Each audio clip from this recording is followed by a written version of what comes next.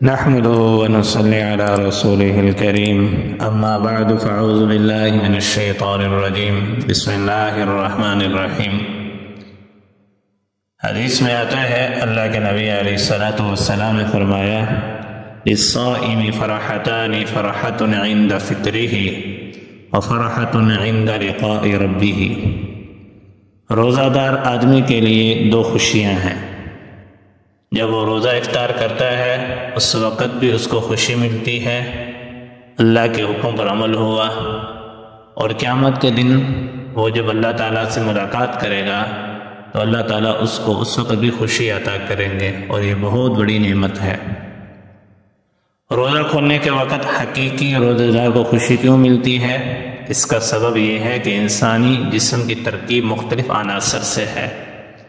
غلبہ شوق میں طالب کی یہ حالت ہوتی ہے کہ نفس مطمئنہ کے گھوڑے پر سوار ہو کر بے آب و دانہ ہو جاتا ہے، نہ خود کھاتا ہے نہ نفس مطمئنہ کے گھوڑے کو کھانے دیتا ہے، کیونکہ اللہ کے دیدار کی طلب ہے اور اس طلب میں بھوکا رہنا شرط ہے، جیسے کہ حدیث میں آتا ہے صوموا لرؤیتہ، اللہ کے دیدار کے لیے روزہ رکھو، جانے کی منزل دور ہے، وَإِنَّ إِلَىٰ رَبِّكَ الْمُنْتَهَىٰ، منزل کی انتہا تیرے پروردگار تک ہے۔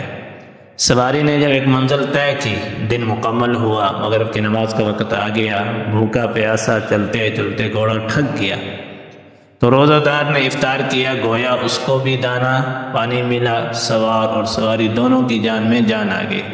طاقت اور قوت کے سامان سے سوار کے دل میں ایسی مسرت اور خوشی پیدا ہوئی کہ اس کے مقابلے میں تمام خوشیاں رنج اور غم کے برابر ہیں، کیونکہ یہ طاقت قوت بہترین مقصد اور مبارک راستے میں خرچ ہوگی۔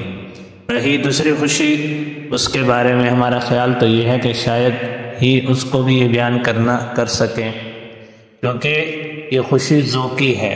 من لم یذق لم یعرف، جس نے نہیں چکا نہیں جانا۔ اس کی شان یہ ہے، دیکھو 70,000 پردوں کے آباد آفتاب دیدار ہو، اللہ تبارک و تعالیٰ کی زیارت ہو، جب انسان اللہ کی زیارت کرے گا عجیب کیفیت ہوگی، عجیب منظر ہوگا۔ انسان اپنے جسم کی آنکھوں سے اللہ کو دیکھے گا، کتنا عظیم موقع ہوگا۔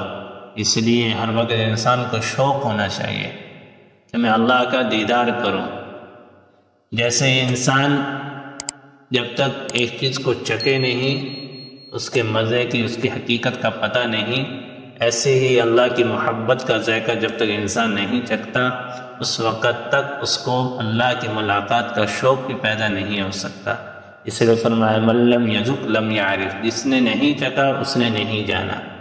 اس لیے ہمیں چاہیے ہم اللہ کے دیدار میں، اس کی محبت میں ہر وقت اپنے آپ کو اس کی چیز کی طلب میں لگائیں، کوشش کریں، اپنی استعداد اور صلاحیتوں کو اللہ کے دین پر لگائیں۔ اللہ ہمیں عمل کی توفیق عطا فرمائے۔